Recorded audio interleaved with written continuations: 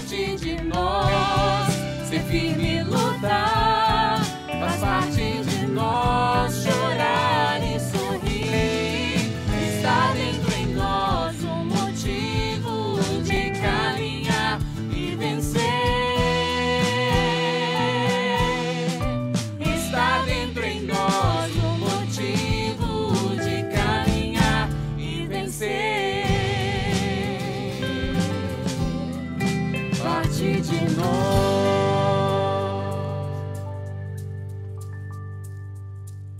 Olá, que bom ter a sua companhia neste momento. No programa de hoje nós vamos falar sobre santidade. Talvez você não saiba ou talvez não tenha percebido, mas esse é um assunto recorrente nos escritos deixados pelo apóstolo Paulo. Ele começa quase todas as suas cartas lembrando os cristãos que eles são chamados à santidade. A igreja também nos ensina e muito nos educa sobre isso. E mais, através da vida dos santos, descobrimos que é possível viver a santidade.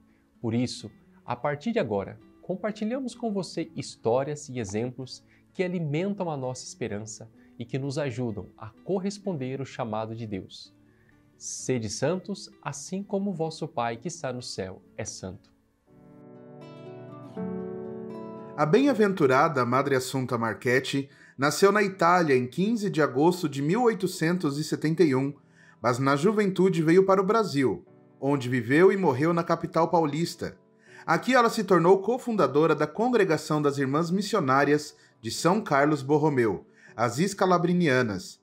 Irmã Jaira faz parte desta congregação há 47 anos e é vice-postuladora da causa de canonização de Madre Assunta. Ainda jovem, ela conheceu a história da missionária italiana e se encantou com o carisma e com o trabalho feito pela religiosa. É ela quem nos conta um pouco mais sobre a trajetória de vida de Beata Assunta. A bem-aventurada Assunta, ela é italiana de Lombrite, de Camaiore, na Itália. Ela, a princípio, tinha vocação para a vida religiosa contemplativa. E o seu irmão missionário, Padre José Marchetti, veio acompanhando os imigrantes italianos para o Brasil e aí ele deparou com um problema sério da época, que havia muitas mortes, inclusive aqui no Brasil o tifo, né, popularmente chamado tifo. E morreram muitos pais e deixaram muitas crianças órfãs, inclusive no navio. A própria mãe que faleceu foi jogada no mar, ele acolheu uma criança. E aqui, então, ele viu a necessidade de fundar uma casa chamada orfanato, né? O antigo orfanato que é aqui onde nós estamos. E juntando essas crianças, ele necessitou de pessoas, né, para cuidar. Ele, a princípio, pediu o fundador, João Batista Scalabrini, mas não foi possível. E ele lembrou que a irmã dele falou: vou voltar para a Itália, vou convidar minha irmã. E também duas jovens que queriam ser missionárias aqui na época na Itália, onde ele morava. Quando ele disse a Assunta, a princípio ela não aceitou. Ela: não, eu vou ser carmelita. E ela tinha muita devoção ao Sagrado Coração de Jesus e foi fazer uma oração, né, com orientação do padre, do irmão padre. Falou: vai pedir ao coração de Jesus o que ele quer mesmo. Que você vá ser carmelita ou que você vai me acompanhar como missionária no Brasil para cuidar das crianças. E ela então foi rezar e voltou, retornou e disse: realmente Deus quer que eu seja a missionária, a mãe dos órfãos e abandonados no exterior. E ficou sendo o primeiro nome assim, de início, né? Foi as palavras dela, a resposta ao seu irmão. E assim ela veio acompanhando, né, os imigrantes da Itália em 1895. Foi. Então, que é considerada a data da nossa fundação. Ela veio mais duas missionárias, duas que o padre Marchetti também a convidou, inclusive a mãe veio junto, porque ela tinha ficado viúva, né? E veio junto e falou: não, eu também vou ajudar a cuidar dessas crianças. Vendo o filho e a filha vindo, ela veio junto. A religião para a Madre Assunta era o serviço aos mais necessitados. Ela os servia como se servisse a Cristo em pessoa. Com a mesma disposição com que se dirigia à capela para rezar, se aproximava dos mais pobres para servi-los, pois o Cristo presente na Eucaristia era o mesmo presente nos sofredores. Então veja, pelo próprio histórico já diz, foi o acompanhamento, né, que apoio aos migrantes, mas em especial às crianças órfãs, porque muitos filhos dos imigrantes se tornavam órfãos.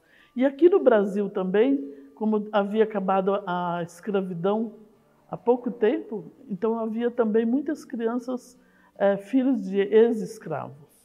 Então o atendimento dela em especial foi às crianças órfãs, né, a maioria filhos de imigrantes e algumas aqui do Brasil, que eram filhos de ex-escravos. Mas também ela atendeu, depois foi chamada, né, porque ela foi se especializando em cuidar da saúde, foi chamada para os hospitais, aí já foi crescendo a congregação, né, tinha já outras irmãs, e ela atendeu também nos hospitais, nas santas casas, né, depois inclusive na educação, nas escolas também. A religiosa suportou com heroísmo as duras provas do dia a dia. À noite, atendia quantos batiam à sua porta no pequeno ambulatório instalado no orfanato feminino da Vila Prudente. Também dormia ao lado dos indigentes para atendê-los a toda hora. Veja que coincidência, ao mesmo tempo que ela se tornou religiosa, na verdade, ela e mais as duas e a mãe receberam das mãos do fundador, que é o Dom João Batista Scalabrini, uma cruz missionária. E ali, ela já, do coração, ela já era religiosa e missionária. Na verdade, depois ela teve, inclusive, que fazer o processo, que nós chamamos noviciado, né? Então, foi tudo ao mesmo tempo, fundação da congregação e ela se preparando para oficialmente ficar como religiosa. Aí ela fez, inclusive, o processo de noviciado, né? Fazer todo aquele... Embora ela já fosse uma cofundadora, a gente chama. Ela e o padre José Marchetti são cofundadores, junto com o bispo que orientava para dar aquela atenção especial aos migrantes, né? Que a gente chama de carisma. Então ela veio, então foi simultâneo, né? A fundação e a preparação dela para a vida religiosa. A Congregação das Irmãs Missionárias de São Carlos Borromeu, que começou no Brasil, está hoje em 27 países, atendendo principalmente pessoas em situação de migração. As Irmãs Missionárias Scalabrinianas têm em Madre Assunta uma coluna e modelo de corajosa dedicação no serviço da caridade. Carisma, veja que para falar da Madre Assunta eu tenho que falar necessariamente do padre José Marchetti e do Beato Scalabrini, que o Beato Scalabrini é o fundador. O carisma é a atenção especial aos migrantes e refugiados. Veja que eles acompanharam os imigrantes da Itália, naquele caso, para cá para o Brasil, né? Então é esse apoio aos migrantes e refugiados. Então é o carisma da Madre Assunta, da congregação, que foi herdado do Dom João Batista Scalabrini, junto com seu irmão, Padre José Marchetti. Então a gente não diz que é só da Madre Assunta, né? É um carisma que iniciou com o senhor bispo, né, da época, Dom João Batista Scalabrini, e o seu irmão, Padre José Marchetti. Nos últimos meses de vida, Madre Assunta viveu em uma cadeira de rodas. Mesmo imobilizada, ela se interessava e se preocupava com todos. Após 53 anos de vida missionária, morreu em 1º de julho de 1948, junto aos órfãos do orfanato Cristóvão Colombo, atualmente chamado Associação Educadora e Beneficente Casa Madre Assunta Marchetti, no bairro da Vila Prudente, em São Paulo. Ela é um exemplo, né, de amor a Deus e ao próximo, que é a essência para todo cristão, né? Se todo cristão fosse realmente, vivesse, né, realmente o amor a Deus e o amor ao próximo, que é o mandamento maior que Jesus nos deixou, o resumo dos mandamentos. Ela é um espelho, um exemplo para todos nós. E olha que os cristãos estão precisando de bom exemplo, né? Porque não basta ser batizado, né? Temos muito, a maioria, a gente diz, é católico batizado, mas viver, né, essa essência que é amor a Deus e o amor ao próximo, ainda nós somos muito devedores ainda, né? Precisamos um pouco avançar mais na evangelização. E Madre Assunta é esse espelho, é esse exemplo de amor a Deus e ao próximo. E particularmente por causa do carisma, um amor especial pelos migrantes e refugiados.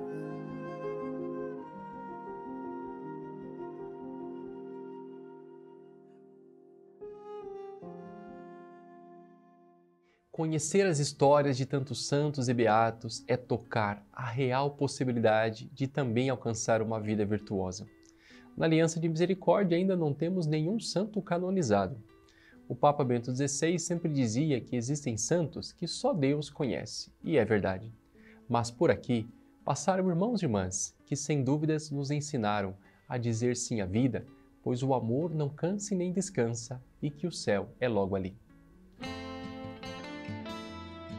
O movimento Aliança de Misericórdia tem como carisma testemunhar a misericórdia de Deus, que transforma os pecadores em santos e anunciadores da sua misericórdia. E para isso, une forças de homens e mulheres, celibatários, casados e clérigos, que desejam anunciar o amor e a misericórdia de Deus. Desde o ano 2000, quando foi fundada, a Aliança vê florescer o testemunho de filhos e filhas que aspiram à santidade. São histórias como a de Maria Paula do Cordeiro Imolado, fundadora do movimento, ao lado dos padres João Henrique e Antonello, o testemunho de Nivaldo da Cruz, primeiro missionário da Aliança, Rosa Maria, consagrada celibatária, Vitória Lacerda e Celina Barcelos, jovens vítimas da misericórdia, e de Paulo Roberto, de quem vamos falar e conhecer um pouco mais a partir de agora.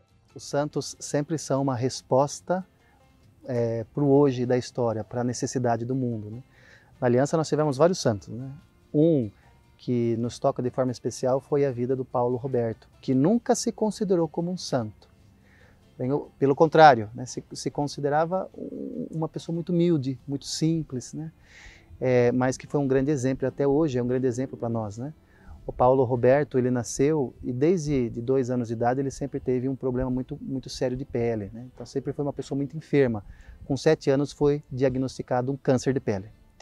E aquele câncer de pele, praticamente assim, à medida que ele foi crescendo, foi isolando ele do contato das pessoas, não podia mais na escola, contato com os amigos, e tomou praticamente o corpo dele, né?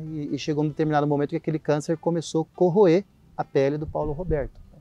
Então a gente vê hoje nas fotos, ele ficou completamente desfigurado, ficou cego, não conseguia mais enxergar, perdeu o nariz, perdeu a parte da boca, e a carne do rosto dele era uma carne que apodrecia e cheirava muito mal. Mas no meio de todo esse sofrimento, de todo esse drama, onde a maioria das pessoas iria se revoltar contra Deus, iria murmurar, iria reclamar, aquele jovem fez uma experiência tão forte do amor de Deus, né? E ele dizia para os jovens daquela época, né, que foi através daquela enfermidade que ele conheceu a grandeza do amor de Deus por ele. Ele se sentia a pessoa mais feliz do mundo. Num dos encontros teve uma jovem de classe boa, né? Boas condições financeiras, uma jovem que estudava, e aquela jovem ficou muito impressionada com o Paulo Roberto. E num momento, naquele encontro, ela se aproximou para conversar com ele, muito tocada, e ele disse, ela perguntou, né, por que ele tinha aquela alegria tão grande, e ele falava, olha, eu não tenho nada, eu sou a pessoa mais feliz do mundo. Você tem muitas coisas, mas eu vejo no seu rosto um olhar de tristeza. E depois ele começou a dizer do testemunho, do encontro que ele tinha feito com o amor de Deus, né? E ele disse, olha, se eu pudesse nascer de novo, se eu tivesse a oportunidade de nascer de novo, eu escolheria de nascer doente, porque foi essa doença que me levou a Cristo. E eu encontrei nele a minha alegria e o meu tesouro. Então, para nós, realmente, é um testemunho que toca muito o nosso coração, né? Padre Danilo também recorda a vida e o exemplo de santidade de um homem muito importante na história da Constituição do Brasil, mas que por muito tempo aguardou as honras do altar. Ele fala de São José de Anchieta, que ao longo dos 43 anos em que viveu no Brasil, participou da fundação de escolas, cidades e igrejas. José de Anchieta foi um grande apóstolo do Brasil, né? Ele tem esse título, apóstolo do Brasil. Foi um padre jesuíta que veio para o Brasil com 19 anos de idade. Ele entrou na Companhia de Jesus com 17 anos, muito jovem. Com 19 anos ele veio para o Brasil. Isso era na época dos descobrimentos ainda, 1530, 1540. E ele chegou numa terra totalmente selvagem, né?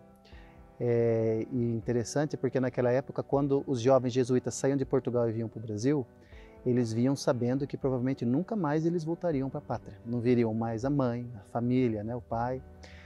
E ele veio com grande ardor, né, com grande zelo apostólico pela salvação da alma dos índios do Brasil.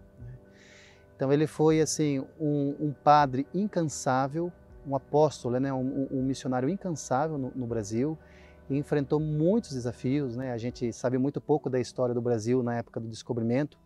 Às vezes aquilo que a gente sabe é um pouco poético, mas o Brasil naquela época era um Brasil extremamente selvagem, né?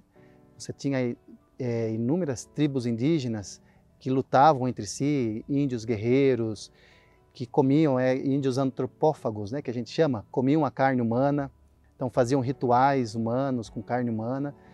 E José de Anchieta chegou com o coração aberto para evangelizar essas almas para Deus.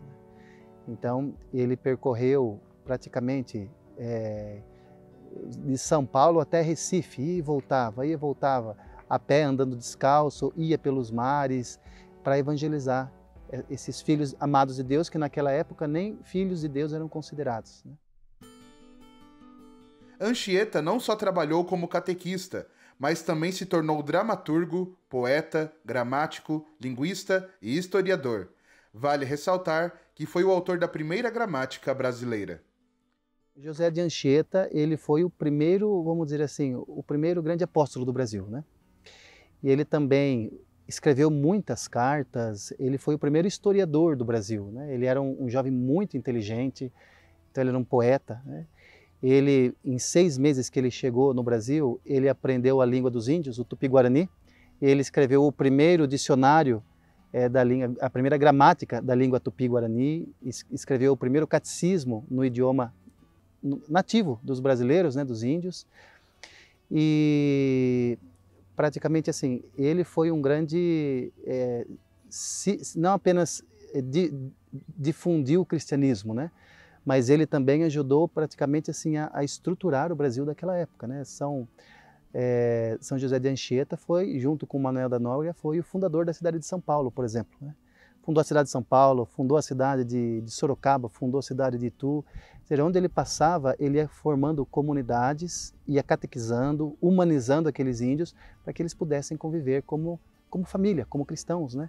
Então, a importância dele histórica para o nosso Brasil, para a nossa cultura, é única, né? Mas a gente sabe muito pouco disso, né?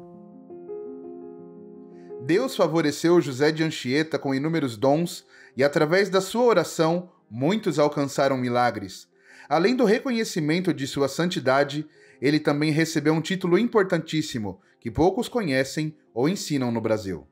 Quando ele foi canonizado pelo Papa Francisco em 2014, o Papa Francisco é um Papa jesuíta. Em 2013 ele entrou como Papa, né, foi eleito como Papa. Em 2014 o Dom Odilo, cardeal de São Paulo, mandou uma carta pedindo a canonização de José de Anchieta. E quando o Papa pegou aquela carta, nos relatos históricos já existiam mais de 5.000 milagres atribuídos pela intercessão de José de Anchieta. Então o Papa nem pediu um milagre a mais, né? E logo canonizou esse grande homem que realmente assim foi um santo de uma envergadura muito grande, né? E pouco conhecido, né? Mas um santo que realizava muitos prodígios, milagres.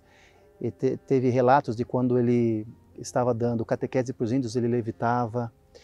Ele tinha um dom de cura muito grande, chegou a ressuscitar índios que haviam morrido pela oração dele. E também ele tinha um contato com a natureza extremamente assim, profundo, né? Há muitos relatos de cobras venenosas que quando se aproximavam dele ficavam mansas, vinham, sentavam na mão dele, onças que apareciam e quando viam ele ficavam mansas, vários animais selvagens, né? E para nós é importante porque, né, quando ele foi canonizado em 2014, naquele mesmo ano a CNBB pediu para que ele pudesse se tornar também um patrono do Brasil. Então hoje nós temos 2 padroeiros do Brasil, Nossa Senhora Aparecida, que todo mundo sabe, mas também temos São José de Anchieta, que poucas pessoas sabem. Ele é o patrono do Brasil, ele é o nosso padroeiro, um grande intercessor que nós temos no céu, um grande santo, né? E é importante a gente saber disso, para poder recorrer mais a ele, né? nesse Brasil que hoje precisa de tanto de evangelização, ser recristianizado. Durante mais de 4 séculos, desde a sua morte, inúmeras pessoas recorrem a São José de Anchieta para pedir e agradecer por graças alcançadas. Hoje, ao lado de Deus e de sua tão amada Virgem Maria, São José de Anchieta continua a pedir por todos os que o invocam com fé, especialmente por seus filhos brasileiros que ele tanto amou. O segredo da vida dos santos foi a intimidade com Jesus.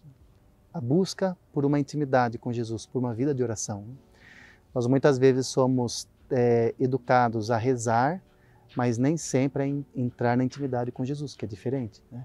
Eu posso rezar muitas coisas, ter muitas devoções e às vezes posso até, por exemplo, participar de uma missa, mas não significa que eu estou com o meu coração em sintonia, em contato com Jesus, né? E o segredo dos santos foi justamente esta intimidade com ele, né? Um coração unido ao coração de Jesus. Por exemplo, São José de Anchieta, nos relatos diz que às vezes ele passava as noites em oração, rezando, intercedendo. O Paulo Roberto também, dentro da realidade dele, era uma pessoa que tinha sempre uma intimidade, lia muito a palavra de Deus, apesar de ser analfabeto, né? Ele gostava muito de ouvir a palavra, né? Ter o contato com a palavra. E um outro grande segredo, é que isso é comum na vida de todos os santos, que eu acho que esse segredo também é uma chave para a nossa vida, para eles poderem ter esta intimidade com Jesus, era o amor por Nossa Senhora. Não adianta, né? Nossa Senhora é o caminho mais rápido, mais direto para a gente se tornar santos. Ela é o molde que forma Jesus em nós.